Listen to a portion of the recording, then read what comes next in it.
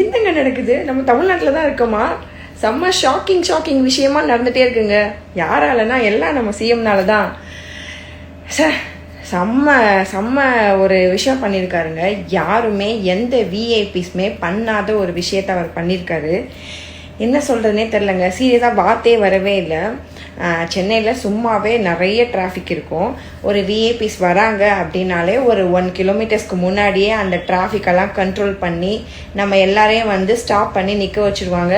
அவங்களோட வெஹிக்கிள்ஸ்லாம் மூவ் ஆனதுக்கப்புறம் தான் நம்மளை மூவ் பண்ணி அனுப்புவாங்க. ஆனால் இன்னைக்கு வேற லெவலுங்க. அவர் சொன்ன மாதிரியே செஞ்சுருக்காரு. ஸோ நானும் வேலைக்கு போகிறேன், அவங்களும் ஒர்க்குக்கு போகிறாங்க.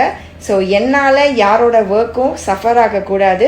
நானும் ஒரே பாதையில் போகிறேன், அவங்க ஒரு பாதையில் போகட்டும் அப்படின்னு சொல்லி எப்படிங்க இதெல்லாம் சான்ஸே இல்லைங்க. ஸோ இதெல்லாம் பார்க்கும்போது ரொம்ப ஒரு மாதிரி ஹாப்பியாக இருக்குது.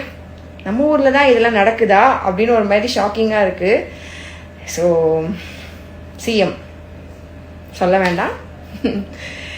நான் இதுக்கு முன்னாடி போட்ட வீடியோஸ்லாம் சொல்லியிருக்கேன். பார்க்கலாம் என்னெல்லாம் பண்ணுறாருன்னு பார்க்கலாம் அப்படின்னு சொல்லியிருக்கேன். ஸோ இதெல்லாமே வந்து பார்க்கும் போது, இன்னும் இதை நான் நேரில் பார்க்கல, இன்ஸ்டாவில் பார்க்கும் போதே ஒரு மாதிரி ஒரு ஹாப்பியான ஃபீலு. நம்ம ஜெயிச்சிட்டோம் மாறா அப்படிங்கிற மாதிரி ஒரு ஹாப்பி மூமெண்ட் இருக்கும்ல, அதெல்லாம் இவர் ஒன்றா பண்ண அந்த ஹாப்பி மூமெண்ட்டு ஃபீல் ஆகி வேற லெவலுங்க. கரெக்டாக சூஸ் பண்ணியிருக்கோம் தான்.